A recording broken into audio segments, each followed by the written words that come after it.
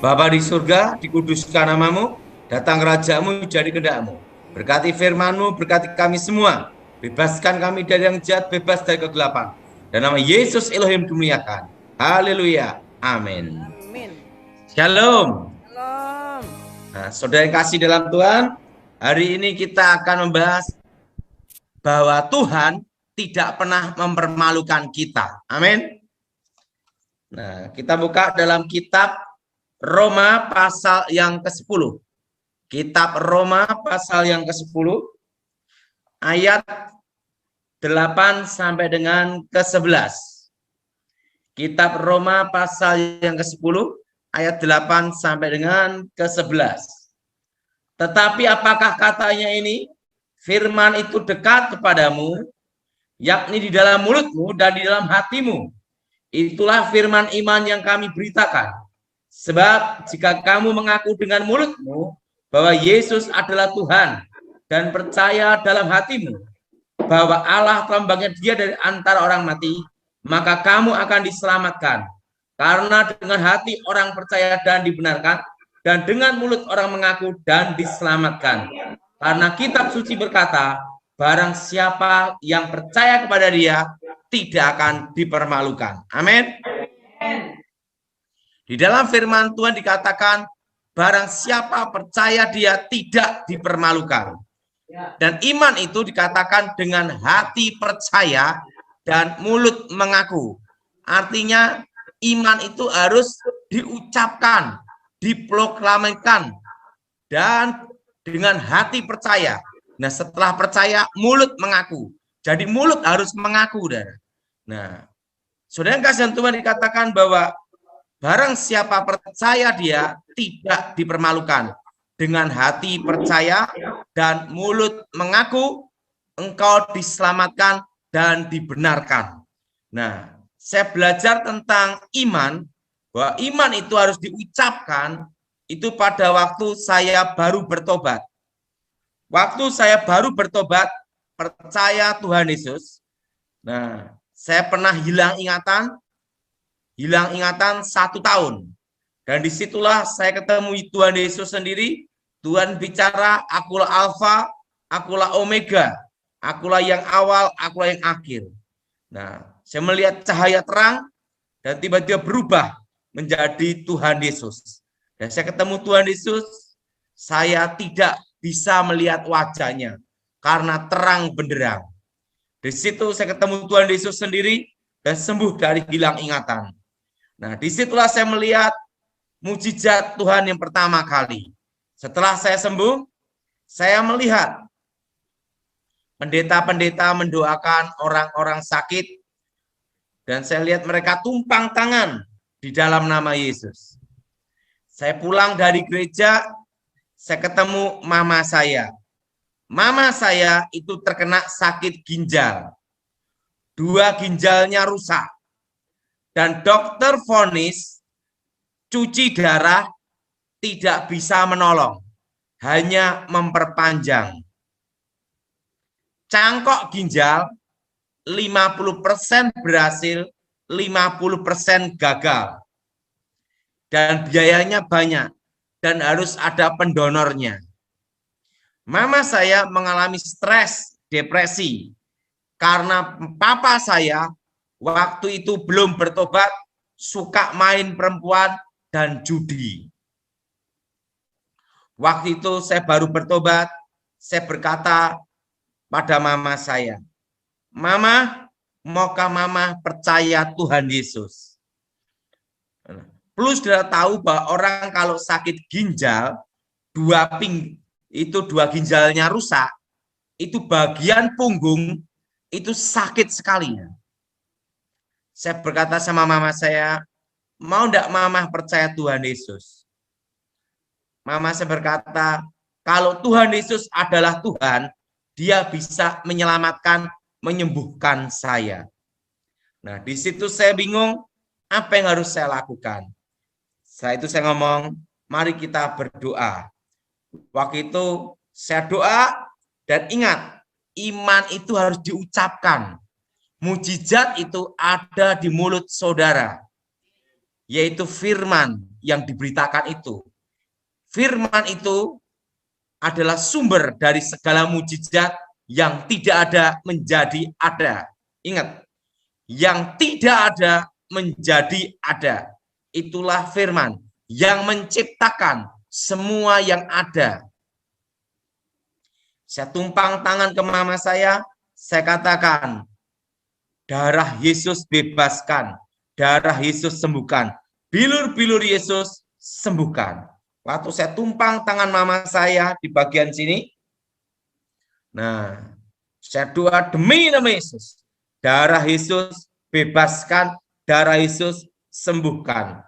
Waktu saya berkata sembuh dalam nama Yesus, ada aliran listrik yang mengalir luar biasa, tapi bukan listrik itu, lain, masih langsung gini, Dara. Nah, bukan listrik itu, kayak ada aliran listrik luar biasa mengalir masuk dalam tubuh mama saya. Mama saya ada sesuatu mengangkat dia berdiri. Dan apa yang terjadi? Alkitab berkata, barang siapa percaya dia tidak dipermalukan. Ginjal mama saya jadi ginjal baru seperti anak kecil. Dan mama saya sembuh total. Tanpa dokter, tanpa operasi, tanpa obat. Dan mama saya disembuhkan Tuhan tahun 1993. Dan sampai sekarang masih hidup. Artinya apa? Mujizat itu ada. Ingat, ada bagian Tuhan, ada bagian kita. Bagian Tuhan yaitu apa? Menepati janjinya, menggenapi firman-Nya, dan membela firman-Nya. Bagian Tuhan adalah melakukan mujizat, melakukan apa yang menjadi firman-Nya. Tuhan membela firman-Nya. Nah, bagian kita itu ada. Bagian kita yaitu percaya. Kedua, melakukan firman-Nya. Nah, percaya apa? Kalau kita melakukan firman-Nya, tidak akan dipermalukan. Nah, ada suatu hal yang saya belajar, bahwa iman itu dasarnya adalah harapan. Harapan akan firman Tuhan. Nah, saudara, di tengah badai apapun, di tengah masalah apapun, di bawah tekanan apapun, yang tidak boleh hilang dalam hidup kita adalah harapan. Kalau orang sudah hilang harapan, itu mengalami 4S. Sedih, stres, darah tinggi naik, stroke. Yang keempat, selesai. Jadi, apapun tantangan, apapun badai, yang tidak boleh hilang satu. Harapan berdasarkan firman Tuhan. Percaya bahwa Tuhan tidak pernah permalukan. Saudara yang kasih dalam Tuhan, ada satu kisah nyata. Bahwa Tuhan menjawab doa kita melebihi apa yang kita doakan. Plus sudah tahu bahwa kita tidak bisa mendikte Tuhan. Kadang apa yang kita inginkan tidak seperti yang diinginkan Tuhan. Tetapi yang diinginkan Tuhan itu selalu yang terbaik melebihi apa yang kita harapkan. Ada seorang bapak, saudara. Bapak ini bukan orang Kristen. Satu keluarga ini bukan orang Kristen. Nah, satu keluarga ini bukan orang Kristen. Waktu itu, saudara, Tuhan bicara sama saya untuk menginjili bapak ini. Waktu itu saya berkata sama bapak ini, maukah engkau percaya Tuhan Yesus sebagai Tuhan dan Juru Selamat? Bapak ini marah, ngusir saya. Karena bapak ini adalah orang yang fanatik. Satu keluarga, dia usir saya. Dan apa yang terjadi, saudara? Saya pulang ke rumah. Saya berdoa sama Tuhan. Tuhan, engkau kan mengutus aku. Kenapa aku diusir keluar? Padahal firman-Mu berkata, barang siapa percaya dia, tidak dipermalukan. Amin. Waktu Tuhan bicara sama saya, kembali engkau ke sana, rohku bekerja. Nah, saya datang ke bapak ini lagi. Waktu itu saudara, saya bicara pada bapak ini. Tuhan bicara dosa masa lalunya dia, dari lahir sampai besar. Bapak ini menangis, karena dia berkata, ada banyak rahasia dalam hidupku yang orang tidak tahu, tapi engkau tahu. Saya ngomong yang tahu Tuhan, Tuhan bicara pada saya. Langsung bapak ini ngomong, istri saya aja tidak tahu, tapi kamu bisa tahu hari, tanggal, dan jamnya. Langsung bapak ini nangis, dia berkata, tidak ada dukun sehebat itu, dia bilang itu. Saya berkata, saya bukan dukun, saya sudah bertobat, saya penyampai firman Tuhan. Langsung bapak ini bertobat, percaya Tuhan Yesus. Waktu itu bapak ini percaya Yesus dan Tuhan bicara pada dia. Apakah kamu ingin hidupmu berubah? Mau. Yaitu apa? Engkau keluar dari tempat ini, yaitu kota kecil namanya Sragen. Pergilah ke tempat yang kutunjukkan untukmu. Nah, waktu itu bapak ini kerja di pabrik tekstil. Dia seorang pegawai dan dia kontrak rumahnya itu hanya 3x4 aja. Dan anaknya 3 laki semua. Dan dia tempat tidurnya, saudara, ini tempat tidur, bawahnya ada kolong, suami istri tidur di kolong, anaknya 3 di ranjang. Karena miskinnya. Nah, karena ingin berubah, dia ikuti petunjuk Tuhan. Dia sewa truk. Dia sewa truk, barang-barang dibawa ke suatu tempat namanya daerah Palur, pinggir kota Solo. Di tempat itu di pinggir jalan duduk. Sopir truk berkata, Pak, kita mau kemana? Bapak ini ngomong, tidak tahu. Karena dia hanya disuruh Tuhan untuk ke tempat pinggir jalan itu. Itu dari pagi sampai siang. Anak 3 duduk di pinggir jalan. Waktu itu saudara, sopirnya tanya lagi, Pak, Bapak mau kemana? Tidak tahu. Tiba-tiba di situ ada orang yang Muslim jalan-jalan. Berkali-kali ada di situ. Dan tiba-tiba seorang Muslim, Bapak Muslim ini berkata sama Bapak ini, Pak, Bapak namanya ini ya, Pak Junedi ya? Iya. Dia gitu, iya. Adiknya Pak Junedi, iya. Langsung apa yang terjadi, saudara? Ininya King Cu ya? Iya.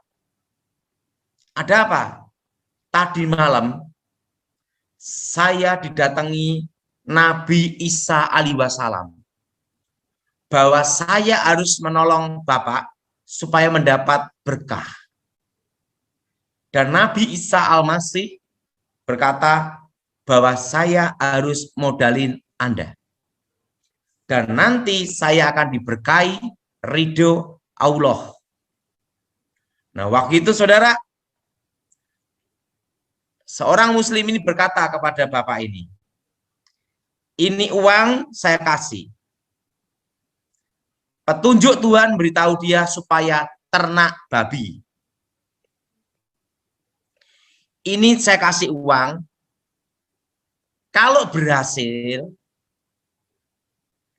ucapkan terima kasih. Ini uang yang disuruh Nabi Isa untuk memberi ke Anda.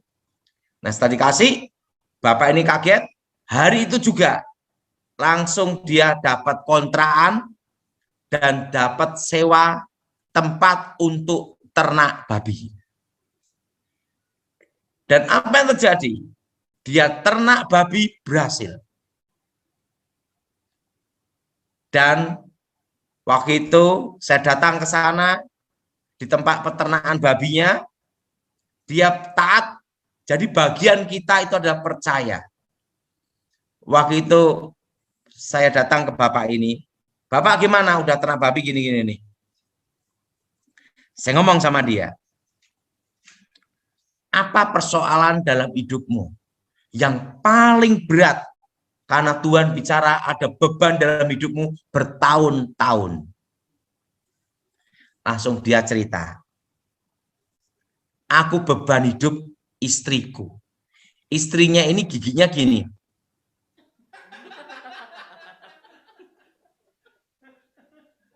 Langsung bapak ini cerita. Gini. Giginya itu jerongat gini. Dan dokter tidak berani cabut. Karena ada hubungan dengan saraf sampai ke sinus. Jadi giginya itu gini. Nah, intinya bapak ini sering sariawan lah. Dan apa yang terjadi? Dia cerita, bapak ini dulu itu ganteng seperti artis zaman dulu yang namanya Rahmat Kartolo. Itu artis zaman dulu. Kan ada artis zaman dulu ya? Namanya Rahmat Kartolo. Nah, bapak ini wajahnya mirip Rahmat Kartolo waktu mudanya. Wah, dia suka gitar gini-gini. Makanya dalam hidup ini jangan terlalu banyak milih. Akhirnya nanti terima kenyataan. Wah, karena suka gitar gini, wah banyak cewek-cewek suka sama dia.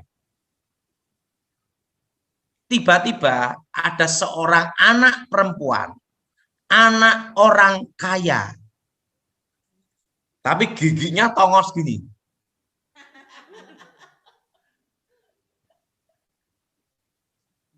Pemuda ini, bapak ini, oke lah, gigi gini enggak apa-apa, asal kaya raya.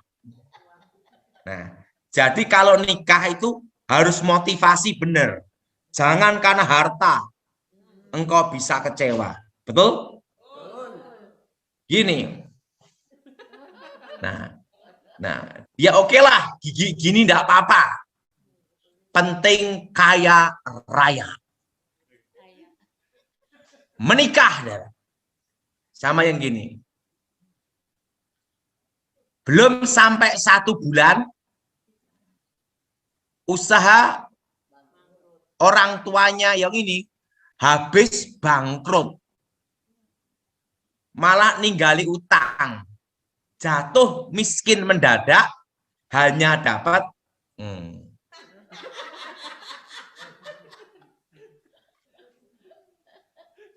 bertahun-tahun bapak ini punya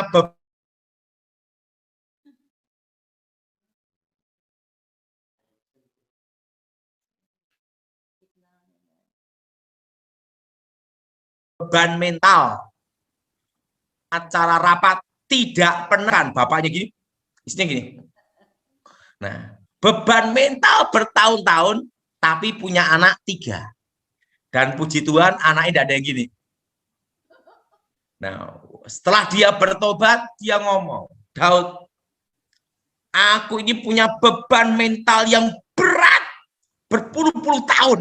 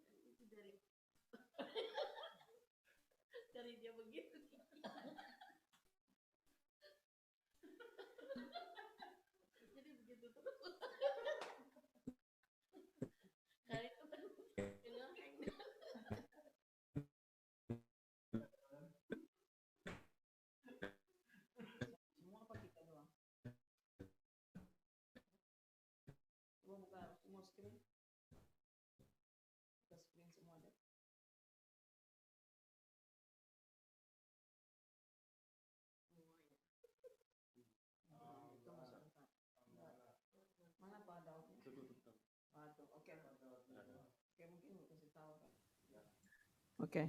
Shalom. Shalom, shalom. Iya. Nah, bapak ini bertahun-tahun dia beban mental sama istrinya gini.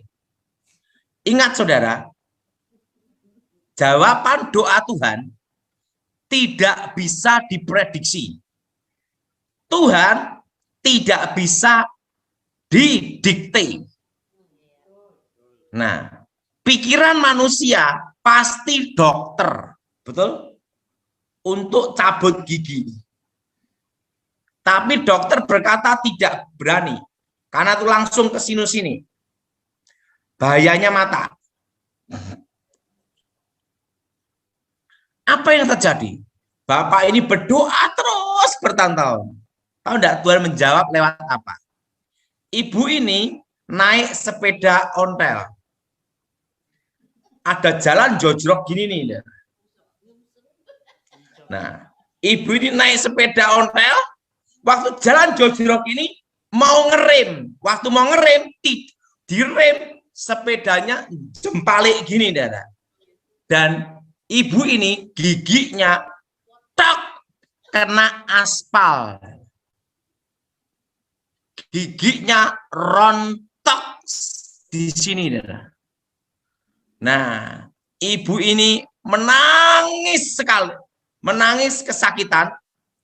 Megang giginya gini. Sampai rumah ketemu suaminya. Dia gini, giginya gini. Jadi yang bagian rontok itu yang bagian yang gini. Tepat yang rontok semua. Jadi aspalnya gini. Gitu.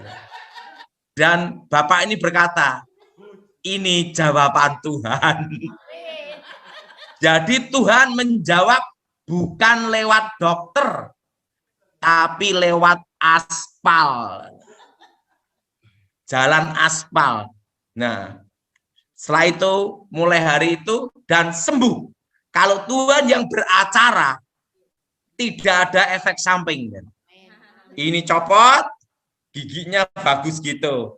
Dan bapak itulah pertama kali dalam hidupnya ngajak istrinya ke acara pernikahan, acara keluarga. Karena dia melihat Tuhan itu baik. Jadi ingat, Tuhan menjawab doa kita tidak bisa diprediksi. Tidak bisa didikte.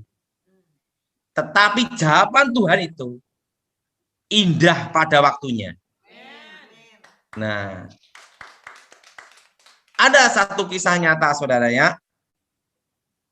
Ini belajar tentang iman. Percaya mujizat harus diucapkan. Ada suami istri. Suaminya ini orang Palu, saudara. Nah, istrinya itu terkena sakit infeksi kandungan dan kista. Ada benjolan, daging tumbuh. Dokter vonis tidak bisa punya anak. Waktu itu saudara, dia kontrak di samping rumah kontrakan ibu saya. Itu tetangga, saudara. Itu tetangga. Suatu hari, tiba-tiba ada bludak gitu. Ada kayak orang mengerang. Langsung saya datang di sebelah tetangga, karena samping, saudara. Nggak taunya suaminya ini kesurupan, saudara. Waktu kesurupan, tiba-tiba bawa kursi, saudara. Wah, saya kaget, saudara. Iman sih iman, tapi kan kursi, saudara. Bawa kursi gini nih. Saya doa dalam nama Yesus. Segala roh setan, roh jahat, roh gelap, keluar demi nama Yesus. Apa yang terjadi, saudara? Langsung bapaknya ini langsung jatuh, roboh, kesurupan. Di situ ada batu akik, jimatnya dia. Saya ambil, saya bakar, musnahkan demi nama Tuhan Yesus. Nah, dan bapak ini punya adik, itu suka musik rock metal, duang gitu. Wah, saya sebagai tetangganya, kadang itu berisik, saudara. Saya berdoa supaya yang adik bapak ini yang kayak suka rock metal ini bertobat jadi pendeta gitu loh. Gitu. Nah, jadi dia punya adik laki yang suka ngerok, bertobat menjadi hamba Tuhan. Nah, apa yang terjadi? Saya datengin ke ibu ini, istri yang bapak kesurupan ini. Apa yang terjadi? Saya ngomong, Bu, percaya Yesus menyembuhkan. Ibu doa, darah Yesus bebaskan. Darah Yesus sembuhkan. Darah Yesus bebaskan. Darah Yesus sembuhkan. Saya doain, saya berbahasa roh, saya puji sembah Tuhan. Saya doa demi nama Yesus. Darah Yesus bebaskan, darah Yesus sembuhkan. Apa yang terjadi, saudara? Ibu ini cek ke dokter. Infeksi kandungannya sembuh. Kista, benjolan di saluran itu sembuh, hilang. Jadi benjolannya hilang. Dan tahun itu juga hamil. Nah, ibu ini bergumul doa minta anak laki-laki. Dan tahun itu juga lahir anak laki-laki.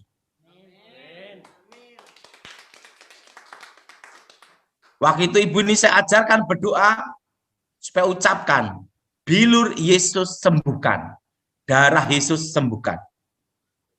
Nah, adik bapak ini yang suka gitu, saya doain supaya bertobat jadi hamba Tuhan. Dilawat Tuhan, dilawat Roh Kudus. Bertobat, apa yang terjadi? Masuk sekolah Alkitab, lulus jadi hamba Tuhan. Artinya apa? Apa yang kita doakan, apa yang kita percayai, tidak akan dipermalukan. Nah, tapi ingat saudara, kalau doa, saudara harus jelas dan lengkap. Ada satu pengalaman, ada satu ibu, ya, itu kena diabetes gula, Parkinson, saraf, komplikasi macam-macam. Tiba-tiba kena corona. Justru yang diprediksi dokter yang mati dia. Karena ada Parkinson, ada diabetes, gula, saraf, ginjal, komplikasi di macam-macam. Waktu itu saya diminta doa, saya doa. Nah, waktu itu mau dimasukkan ke ruang isolasi. Langsung saya pakai masker, pakai itu lengkap. Dia ngomong sama saya, Daud, Ibu minta apa? Daud, aku minta supaya umurku diperpanjang. Nah, waktu itu baik, saya doa penyembahan sama Tuhan, haleluya Yesus, haleluya Yesus. Dan Tuhan jawab, saudara, baiklah, umurmu diperpanjang. Nah, apa yang terjadi, saudara? Tapi ibu ini tidak minta sehat.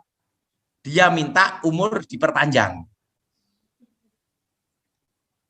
Di ruang isolasi, ibu ini sembuh dari corona, hidup. Yang kanan kirinya isolasi, banyak yang mati. Justru yang diprediksi hidup, mati. Yang diprediksi mati, hidup, saudara. Nah, ibu ini langsung sampai setengah bulan diisolasi. Nah, coronanya sembuh, tetapi tetap Parkinson. Tetap ini Parkinson, dia gini, diabetes. Dia minta doa lagi. Daud, aku diperpanjang, tapi kok koyongnya seperti ini. Lah, ibu kan doanya minta diperpanjang.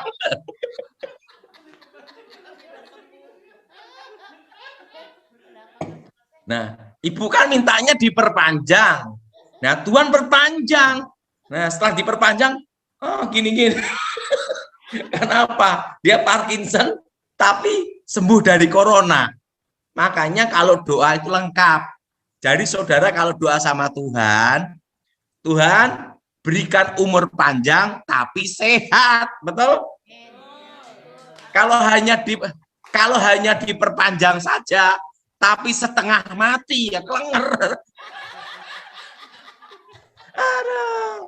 Nah, ingat. Tapi ingat, kalau kita bertobat, jangan sampai terlalu menyesal, doanya salah. Contohnya seperti ini. Simpson itu dipakai Tuhan luar biasa. Tapi mempermainkan Tuhan. Ingat, Tuhan tidak bisa dipermainkan. Tuhan hukum Simpson. 2 matanya dicukil, hilang. Dia buta. Roh Tuhan undur. Rambut Simpson tumbuh kembali. Artinya rambut tumbuh itu apa? Hubungan dia dengan Tuhan bertumbuh. Dia bertobat. Dipulihkan dengan Tuhan. Dia menyesal sekali dengan apa yang telah diperbuat mempermainkan Tuhan dalam hidupnya. Suatu kali, Simpson untuk dipermalukan, jadi tontonan sama orang Filistin. Untuk jadi badut lawaan. Waktu Simpson disuruh jadi badut.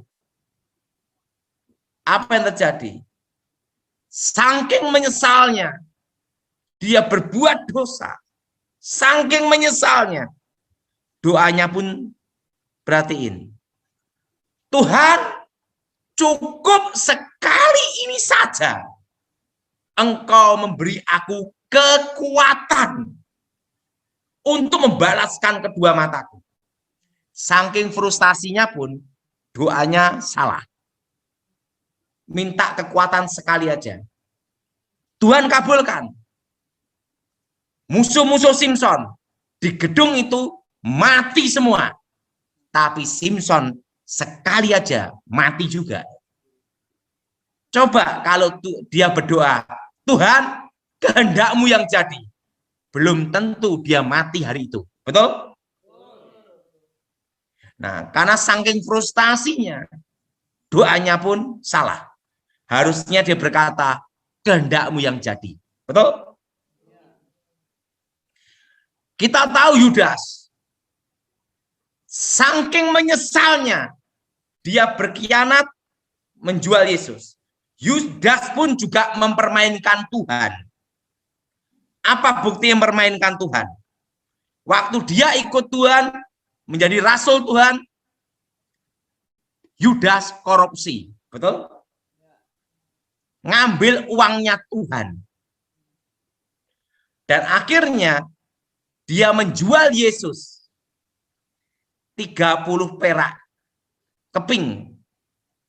Saking menyesalnya, merasa berdosanya dia, caranya salah, bunuh diri. Betul? Harusnya dia bertobat, bukan bunuh diri. Ingat, bertobat pun tidak boleh dengan cara yang salah. Menyesal dengan cara yang salah, seperti Yudas, bunuh diri. Betul? Dan menyesal pun jangan sampai kayak Simpson juga. Doanya salah. Cukup sekali ini aja. Nah ini dia. Jadi ingat, dari situ kita kalau doa harus jelas dan betul-betul kita menjadi berkat untuk diberkati. Amin. Nah, ada yang banyak tanya saya tentang corona. Perlu sudah tahu, saya waktu dibawa Tuhan ke surga, bahwa Indonesia dipulihkan Tuhan 25 tahun. Dimulai dari krisis 98. Tetapi sebelum pemulihan Indonesia, akan terjadi krisis ekonomi, resesi ekonomi. Anginnya akan datang 2018, 2019. Dan badainya datang 2020. Indonesia akan mengalami stagnat ekonomi. Tepatnya bulan 6, bulan 7, 2020. Menuju pemulihan Indonesia tahun 2023. Setitik terang datang. Hal itu saya khotbahkan dari tahun 2014. Itu pesan Tuhan. Orang banyak mengatakan saya gila. Orang banyak mengatakan saya halusinasi. Tapi pesan itu saya sampaikan terus. 2020, tepatnya bulan Januari. Pendeta Gilbert didatangi berapa hamba Tuhan, menegur. Karena 2019 banyak yang bernubuat 2020 tahun berkat, tahun kelimpahan, tahun mujizat. Tapi 2019 saya berkhotbah, 2020 badai ekonomi datang. Resesi ekonomi dimulai. Pak Gilbert berkata, pendeta-pendeta berkata, mana buktinya? Pendeta Gilbert berkata, itu kan Daud menyampaikan pesan. Kalau itu pesannya Tuhan, ini kan baru Januari tahun 2020. Kita menunggu 2020 Desember.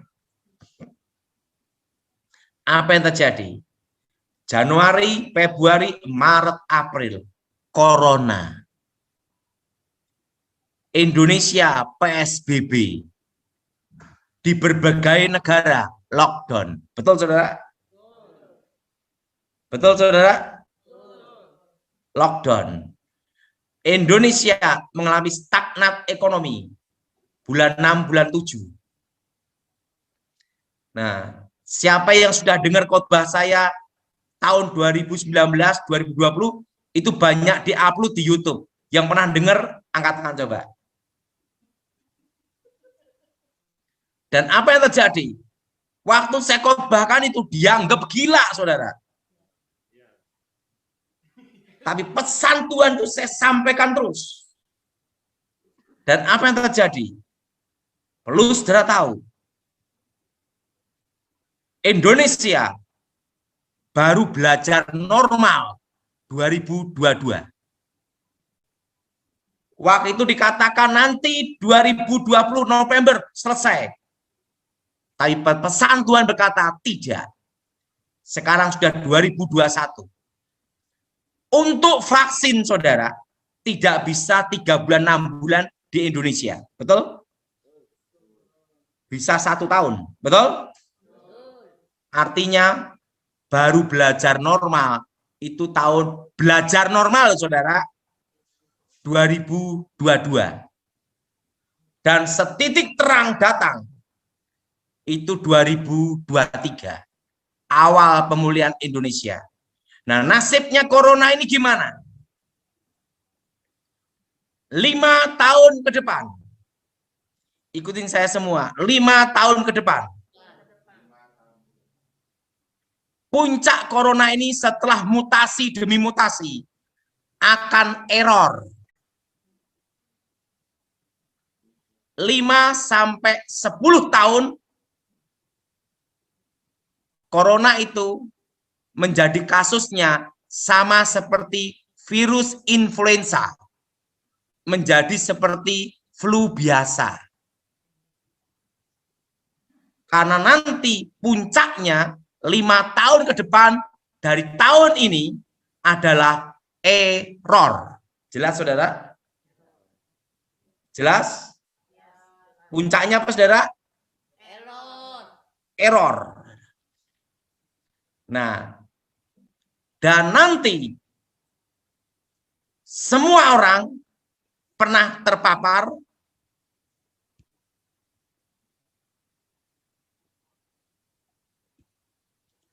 semua orang akan pernah terpapar atau pernah terkena. Nunggu waktu. Vaksin pun itu virus dilemahkan, dimasukkan dalam tubuh. Artinya pernah terpapar. Betul? Betul? Nah, atau pernah kena. Yang tidak kena itu tinggal di hutan, tidak ketemu orang, jadi Tarsan.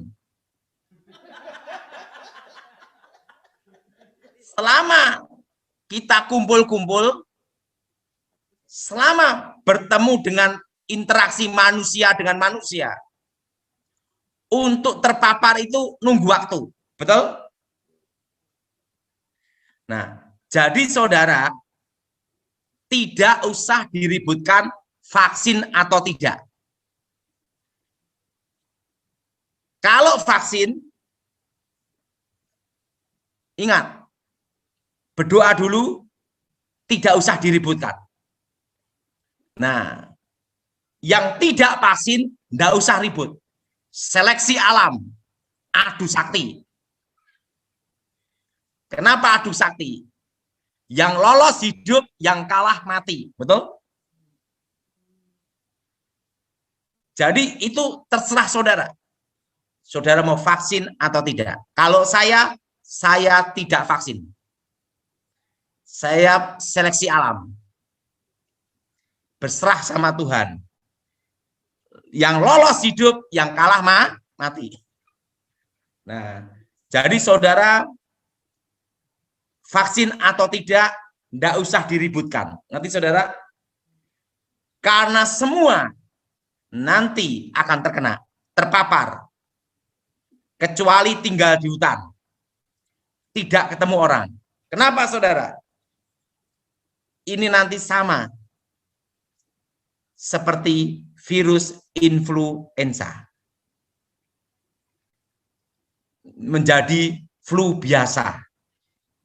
Siapa di antara saudara yang tidak pernah kena flu? Angkat tangan.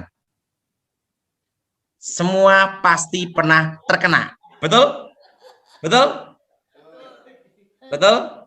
Nah, jadi ingat, puncaknya 5 tahun ke depan menjadi virus flu biasa. Karena puncaknya setelah mutasi adalah apa, saudara? Error.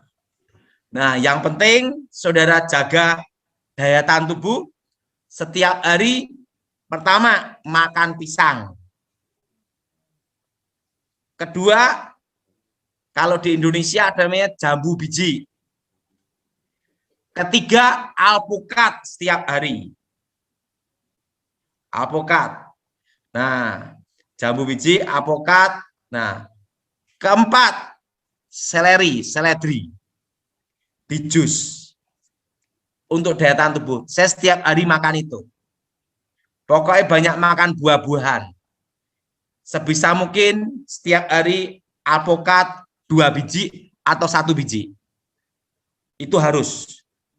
Nah, ini untuk apa? Daya tahan tubuh. Amin. Sehari 2 telur cukup. Putihnya saja. Nah, kenapa saya bisa ngomong demikian? Karena waktu dulu, saudara, sebelum bertobat, saya akan belajar ilmu gaib di pertapaan. Di tempat pertapaan itu banyak sekali tikus sama nyamuk demam berdarah.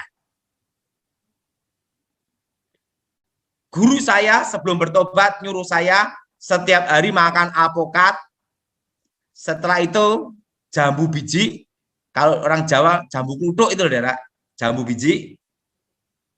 Jambu biji. Setelah itu makan pisang setiap hari. Saya tanya sama kakek saya, guru saya, kenapa makan pisang? Perhatikan, monyet tidak ada yang stroke karena makan pisang, bilang gitu. Nah,